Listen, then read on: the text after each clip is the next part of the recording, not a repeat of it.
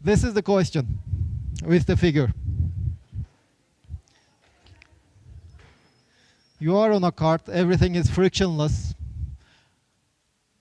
and you are standing at one end of the cart. You throw balls to the other end. There is a wall at the other end of the cart, and the balls that you throw just bounce back from that place. So, what will be the motion of the cart? Will it move to the left, to the right, or stay in its place, or there's not enough information? Well, we can discuss later on what happens in intermediate stages. But let's just imagine you are constantly throwing balls. Yeah. And at the end of this throwing balls, will you be able to cover a distance? I started the voting. You can send the SMS.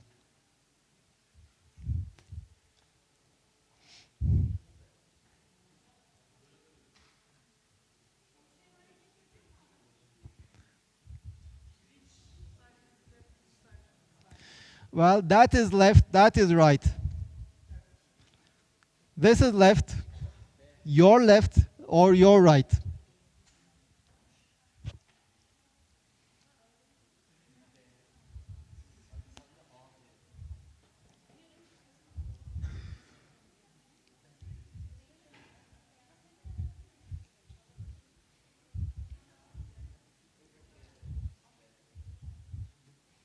Do not shout your replies.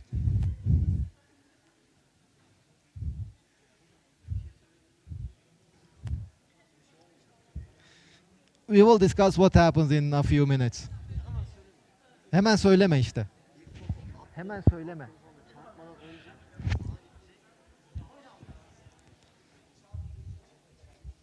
Arkana söyle.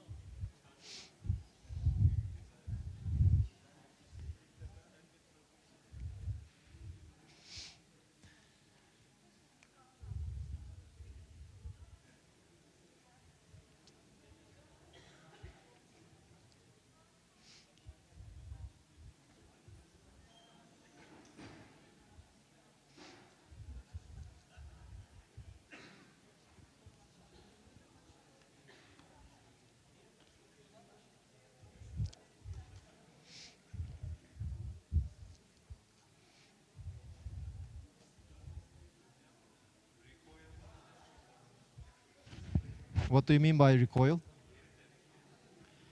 There is no friction. Do you think there will be recoil or not?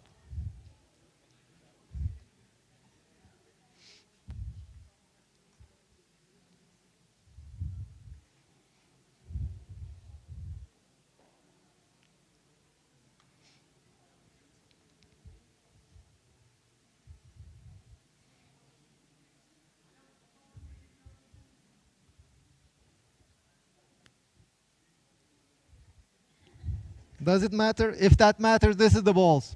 Imagine that you have hundreds of these, and you constantly throw it.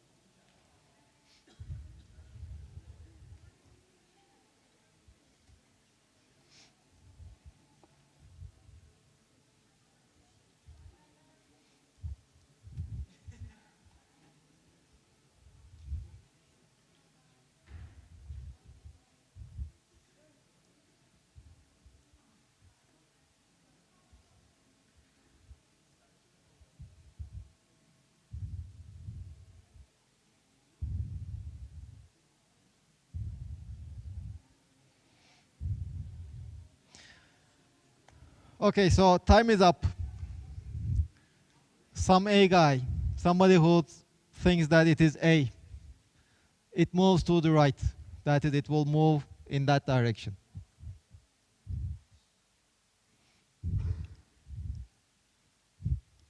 Nobody thinks that it will move to the right? So who thinks it will move to the right? Okay, so why do you think it moves to the right?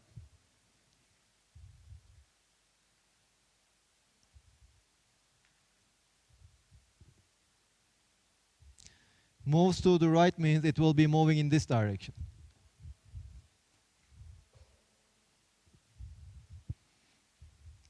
It will move here.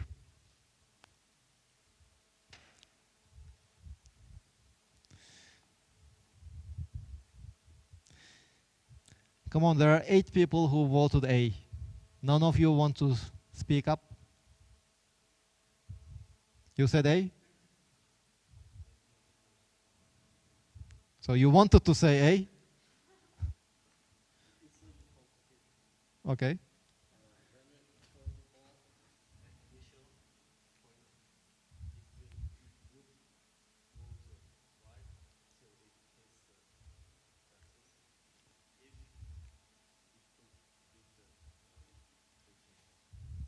There is no friction, or very little friction, ignore it.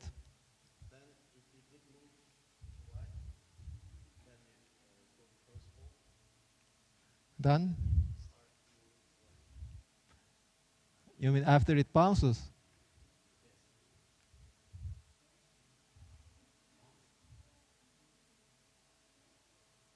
First to the left, then to the right, you mean?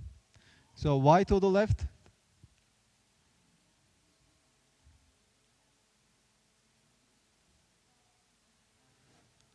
Well, the ball will be moving to the left under the influence of that force. So why the cart do you think should move to the left also?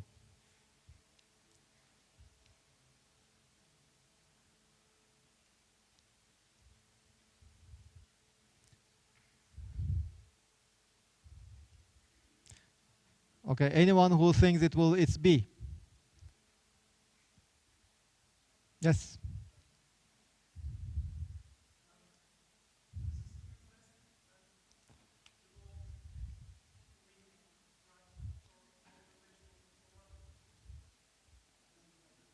Okay, so your friend says that initially it has 0 momentum.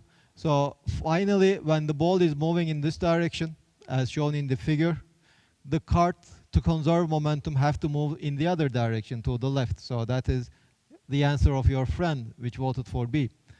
Anybody who votes for C, it remains in place.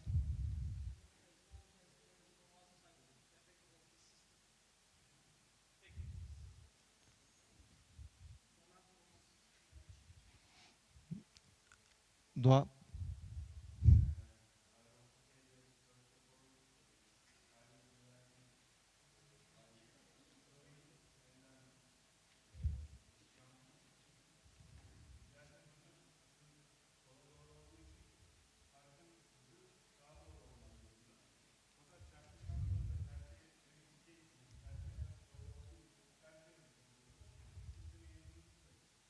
So your friend is saying that initially when he throws the ball, before the ball hits the wall, the cart will start moving in this direction. But then, when the ball hits the wall, it will stop, so it remains in place. So that's the argument of your friend. And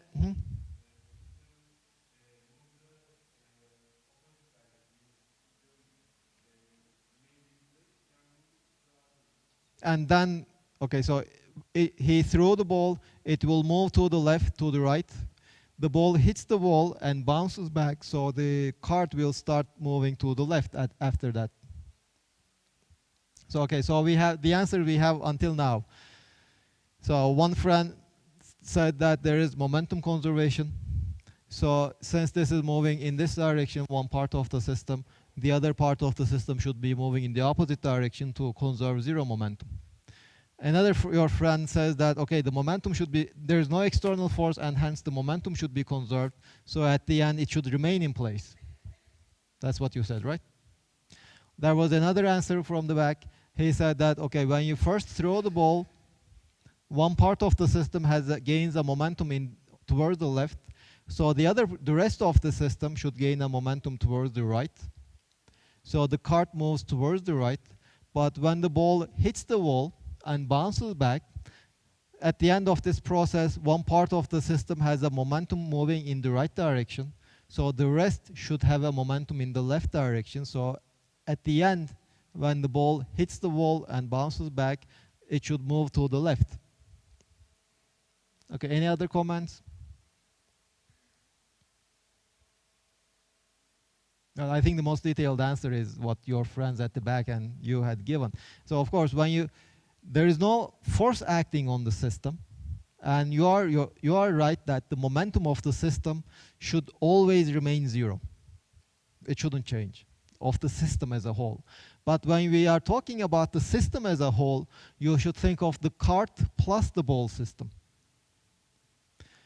Now the question is asking, will the cart will be moving? The question is not asking whether the system will be moving or not. The system will not move, meaning the center of mass of the system will be always at rest. It remains in place. The center of mass remains at rest.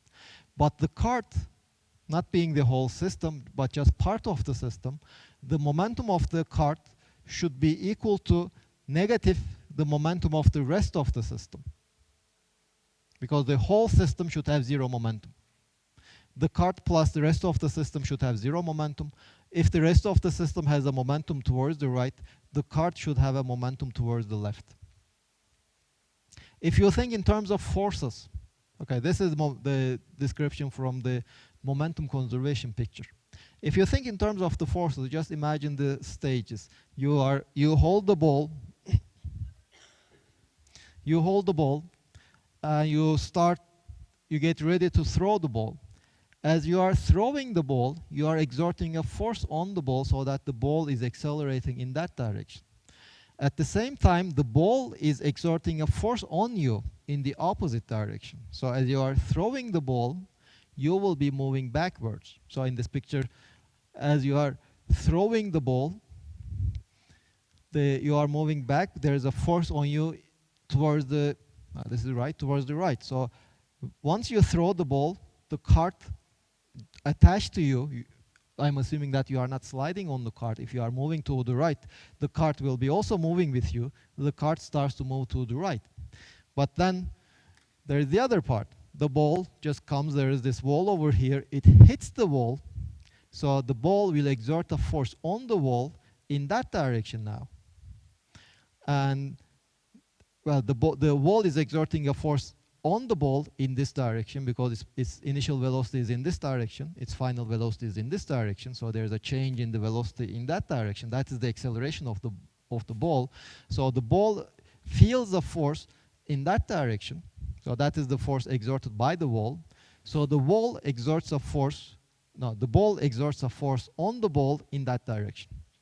So initially, once I throw the ball, the cart along with me is moving in that direction, but then the ball comes and hits the wall. So the wall feels a force in that direction, so it will accelerate in that direction. Well, depending on the magnitude of this acceleration and how long it lasts, it can just slow down or stop completely, or it can just start moving in the opposite direction. And well, if you compare the input, this is the force picture. Since we don't really know the magnitude of the force here in the ball and how long it acts, we cannot really say anything. We cannot really say much only from the force picture. But the momentum picture already tells us that the cart should be moving in this direction as the ball bounces back. Now, if you look at the impulses, I have my ball. Initially, I give it a velocity, so which means I'm giving an impulse on the ball. Let's just call it J. some impulse in that direction. So it is having a momentum in that direction. It comes to the wall. Initially, it has a momentum in this direction. After the collision, it has, well, let's just ignore the gravity. Let's just assume that we are in space, so the ball doesn't go down. It just moves flat. So it has a momentum in this direction. After it bounces, well, the wall is like an infinite mass object. It will have the same momentum in the opposite direction. So its momentum starts, if initially it was p, finally it will be, after the collision, it will be minus p. The change in the momentum is 2p. That is, the impulse transferred to the ball at the end of this collision has a magnitude 2p. Initially, as I'm throwing the ball, I'm transferring an impulse to the ball whose magnitude is, let's say, p. So the car has a momentum in this direction with magnitude minus p, or with magnitude p in that direction. I come here, I transfer an impulse on my ball in this direction with a magnitude 2p, that is the change in the momentum. But that also means that my ball transfers an impulse of 2p to the cart. The cart initially had a momentum p in this direction. Now I add to this a momentum 2p in the other direction. So the net momentum, if you look at the impulses, will be p in this direction. So the cart will be moving in this direction after the ball starts moving in the other direction.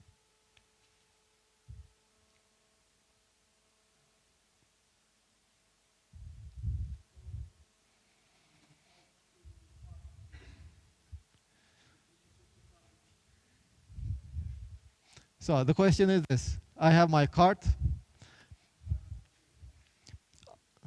Okay, so let's look at this one. Let's have this example.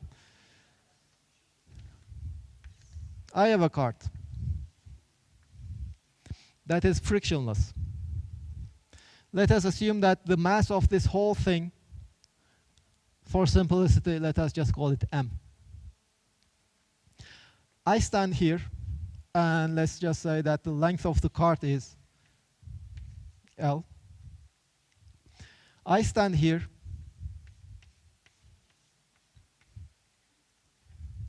My mass, I can be carrying some weights. The total mass I have with my weights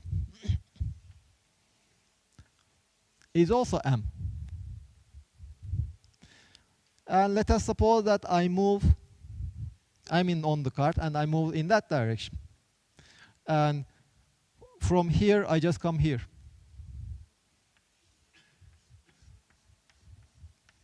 With all the weights. And let us just assume that I am displaced by, this is my initial position, this is my final position, L over 2.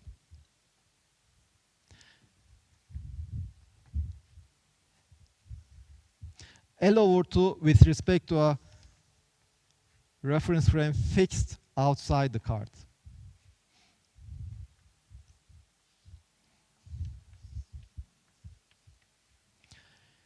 How much does the cart move?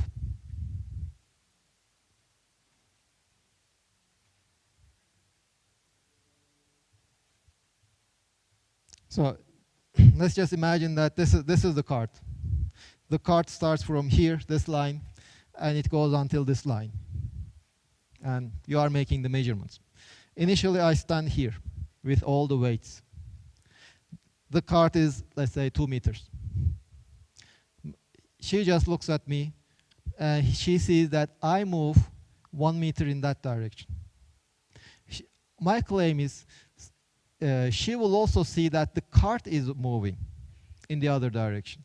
The question is, how much does the cart move as I move? The cart has a total length of 2 meters.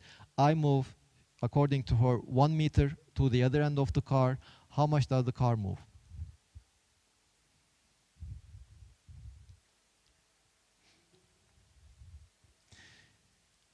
So you see, okay, so you are saying that, okay, we can see that. There is one answer, L over 2. L over 2, that is one answer. Less than L over 2. There is no friction. Let me add the third choice, larger than L over 2.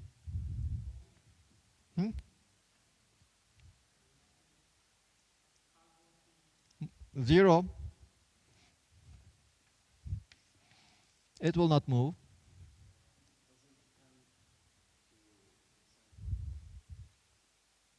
Well, that's the question, does it? Okay, so not enough information.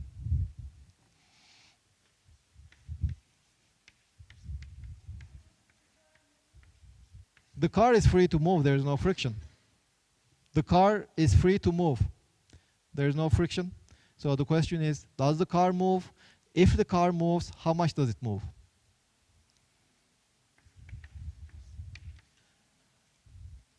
Okay, any other ideas?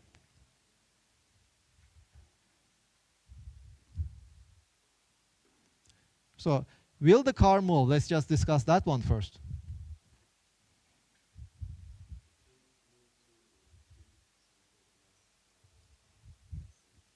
Well, that is one answer, because we know that the mass times the acceleration of the center of mass is equal to the external forces acting on my system. Well, there is the gravity pointing downward, the normal force pointing upward. The system is not moving vertically. The only possibility is if whether it moves horizontally or not. So the external net force is 0. So the acceleration of the center of mass is 0. Initially, the center of mass had 0 velocity. That is the problem. So it will always stay as the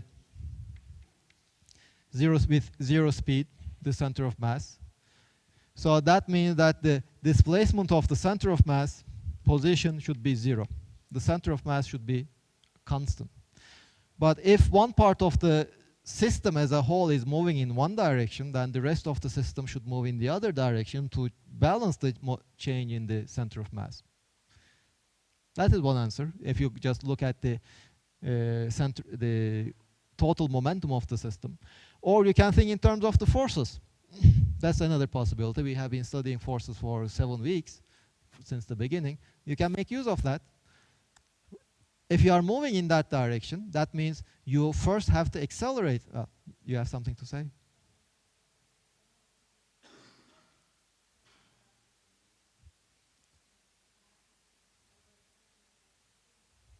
No, we don't.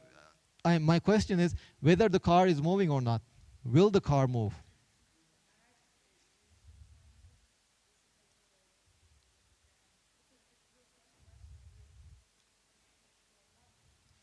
Exactly.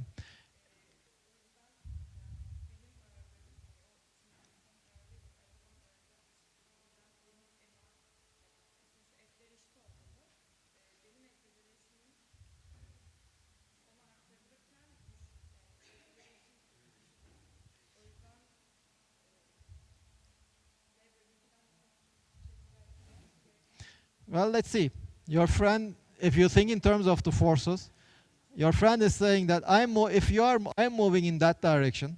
That means first at the beginning at least I'm accelerating in that direction. That means there is a force acting on me in that direction. That will be the force exerted by the car on me. So I should exert a force on the car in the opposite direction with same magnitude. So as I'm accelerating in this direction, the car should accelerate in the opposite direction. The masses of me and the car, we have equal masses. So hold on, let's just go step by step. I have an acceleration in that direction. Well, there is a force acting on me in that direction. Another force acting on the car in the opposite direction. They have equal magnitudes because of Newton's third law. Okay, thank you. The masses of the car and my mass, they are equal. So since we are feeling forces of equal magnitude, our acceleration will be equal. in magnitude. I will be if I'm accelerating in that direction, then the car will be accelerating in the opposite direction. But if two objects have the same accelerations all the time, then their displacements will be equal. So if I move by L/2 in that direction, then the car should move by L/2 in the other direction. Yes, a question. Okay. So what did you think before? Why did you think it was L/4?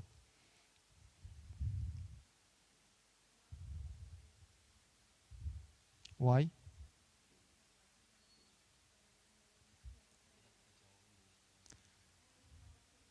Okay.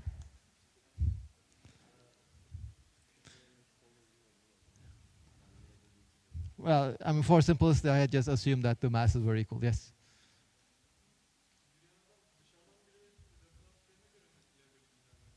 Yes.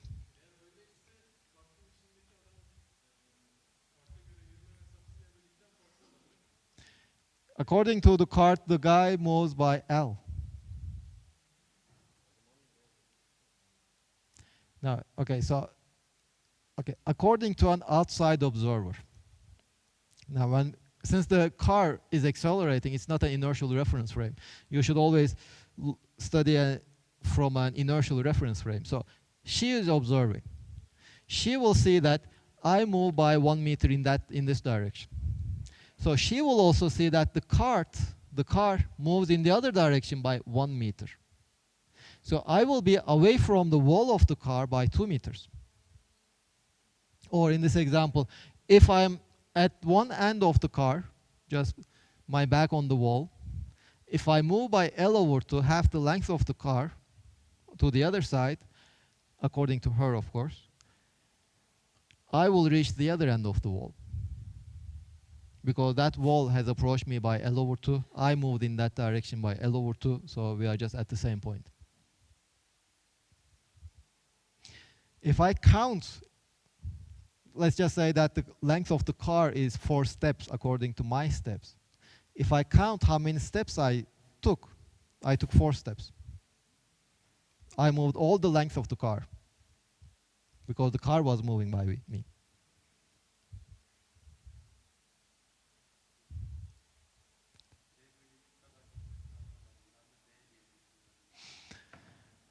Okay, so there are 2 explanations, one from the force point of view.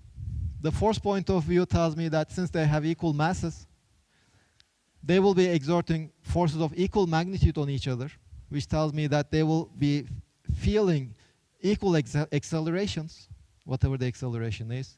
But if they are feeling equal accelerations in an equal amount of time, they will be displaced by equal amounts. Well, the accelerations are pointing in opposite directions. So if one goes in that direction by 1 meter, the other one goes in the other direction by 1 meter.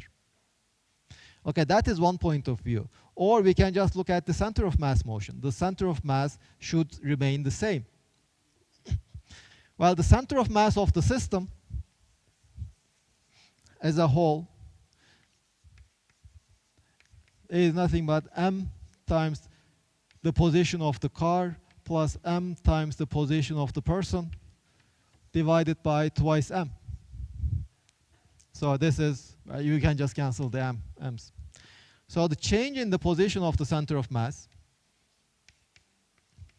will be just the change in the position of the car plus the changes in the position of the person divided by 2, which should be equal to 0. Because since there are no external forces in the horizontal direction, well, the external net force is 0. So the center of mass should not move. Since initially it was at rest, it should always stay at rest. So the change in the position of the center of mass should be 0. It just means that the change in the position of the car is equal to minus the change in the position of the person. This is, of course, using a coordinate axis that is not moving with the car or the person. Yes? Okay. So as I'm moving in that direction, I'm here. I took a few steps in that direction. The Earth moved in that direction. It did move. But the motion, the size of that motion is much, much smaller than the size of even the subatomic particles. So it did move, but we cannot observe that motion. And most probably, as I'm moving in that direction, somebody else is moving in that direction. So it just balanced. Considering that we have 7 billion people, it's likely that someone was moving in the other direction. But if, for example, it might happen that one day all the people decide to move in one direction, then the displacement of the Earth might reach the one atom only.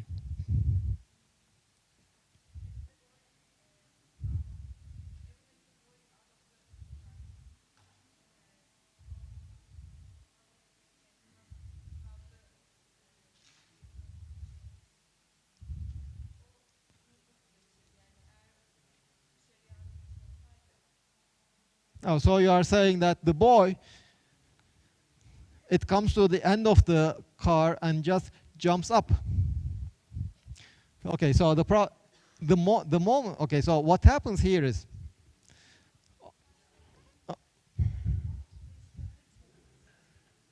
because the masses were equal, they are equal.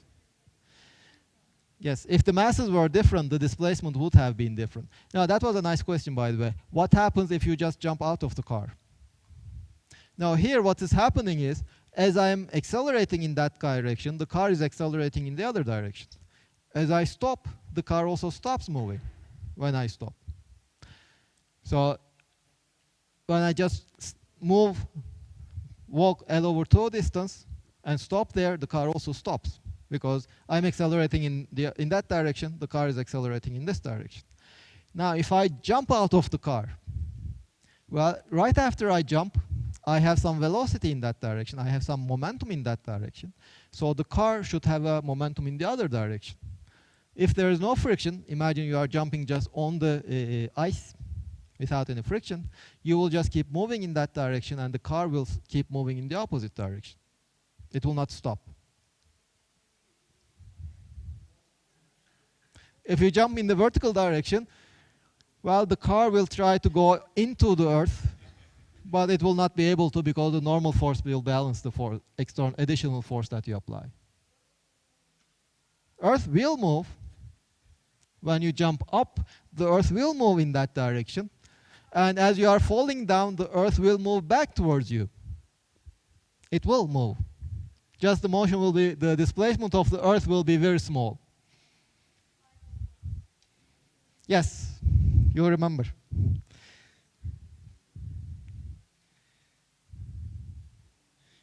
Okay, this is another question that I like. There was one comment to question over there.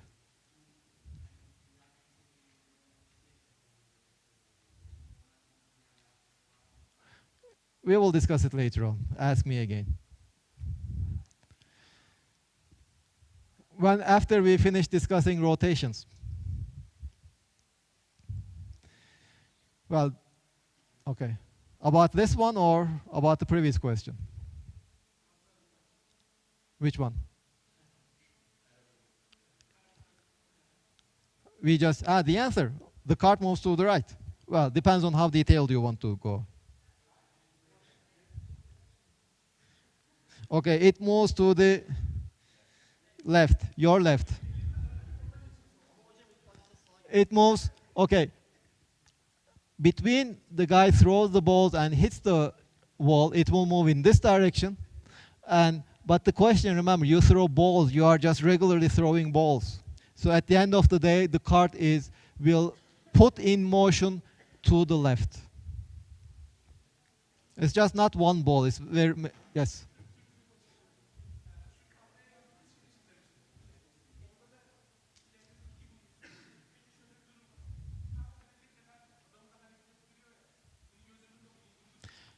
All these displacements are relative to her.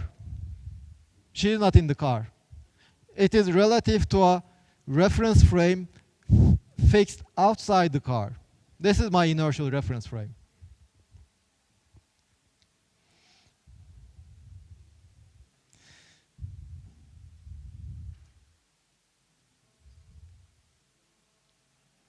Okay, so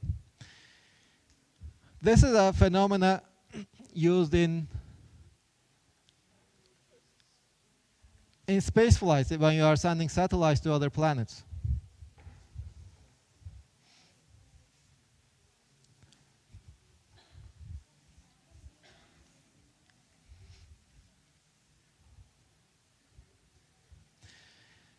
So this is your planet.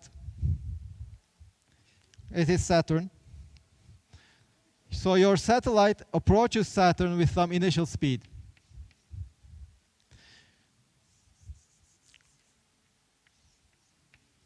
The Saturn is moving with speed v of the planet, v of Saturn. So your satellite moves towards Saturn with some initial speed, and then it will just go around it, and it will come back with a final speed vf.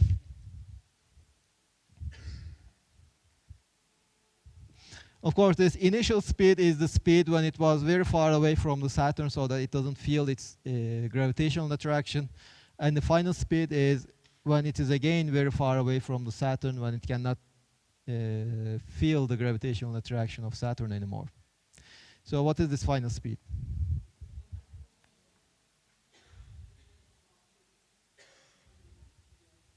In what?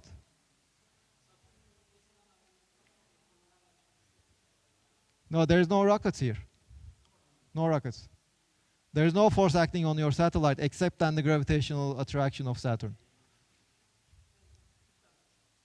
So that is one answer. Vi is equal to V final.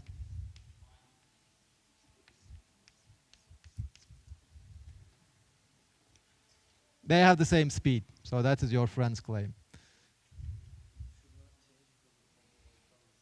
Okay, so another same speed will be the same. So your friend is saying that it is 2 Vs.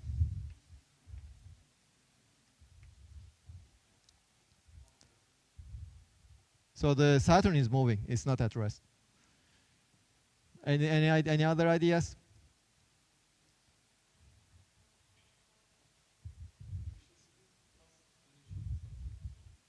So C is Vi plus Vs.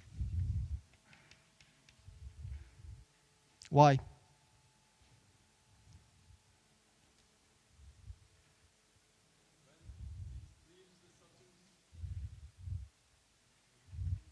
Orbit?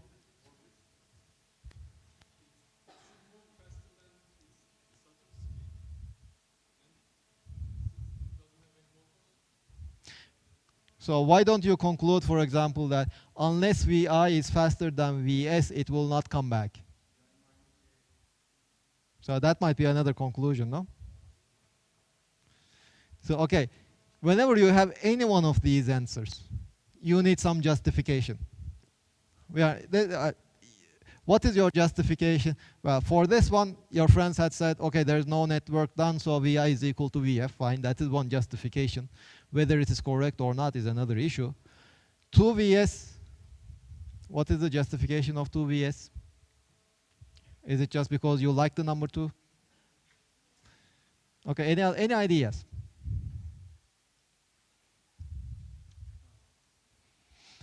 Now, who had said that it was the speed should be equal? Why?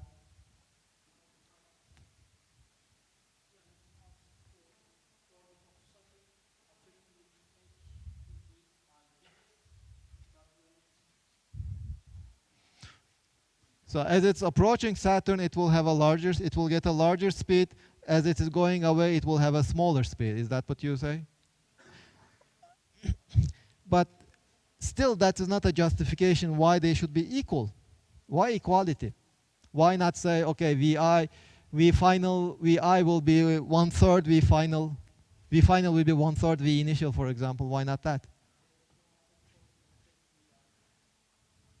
But you are saying that already it is increasing and decreasing. So as it is decreasing, why should it decrease until it is Vi?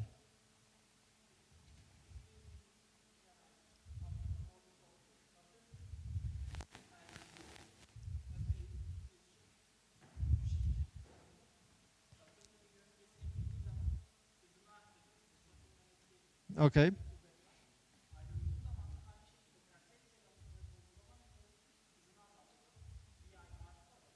So you are saying that the effect of the Saturn will be equal while it is approaching and while it is going away. So those two cases should be symmetric.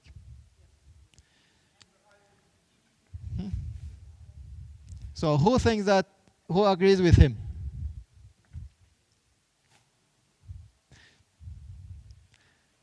But remember, the motion of Saturn is not symmetric. Saturn is already moving in one direction. That is a special direction already for Saturn. So the arrival motion and departure motion are not really symmetric. But you have one point though. Okay, we are just kind of running out of time.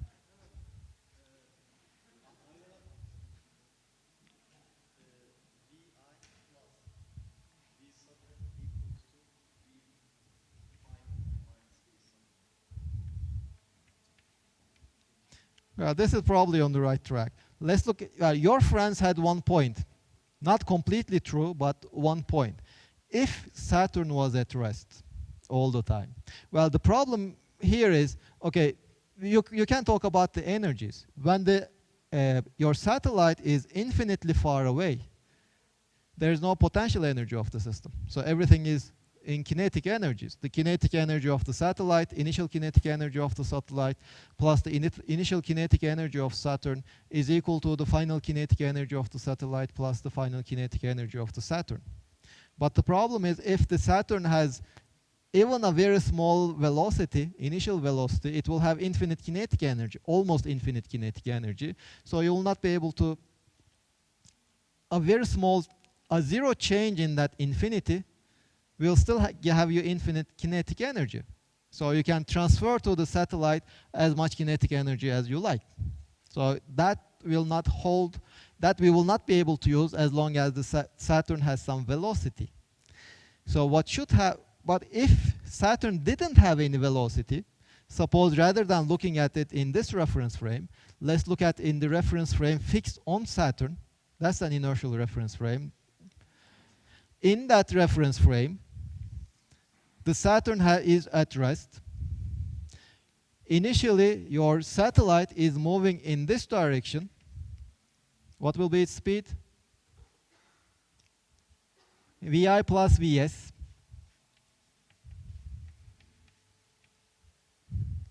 So finally, its final speed will be again Vi plus Vs.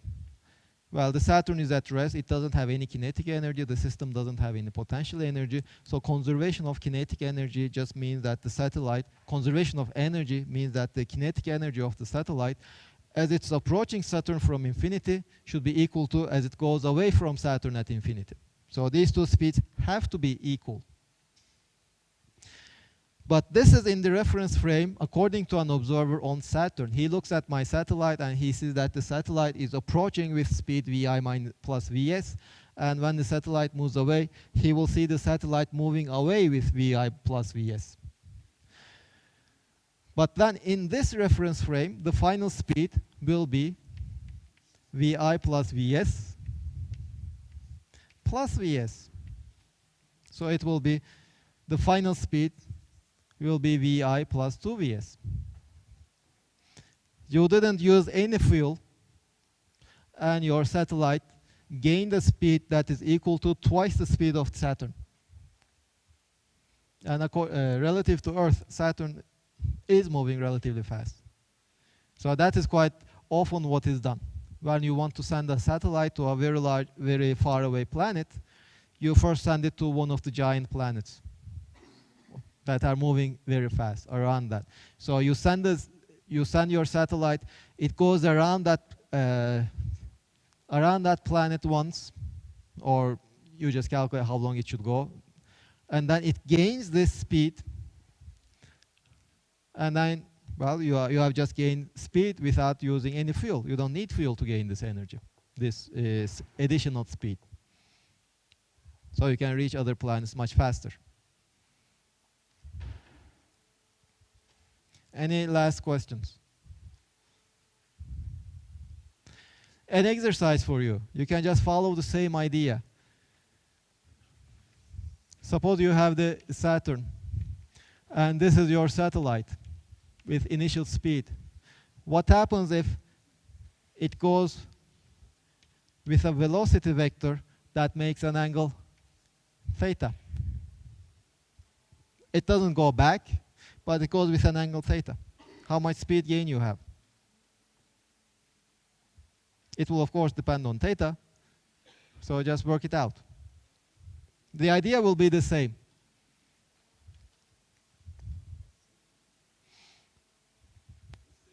Not about this one. You don't just think over that.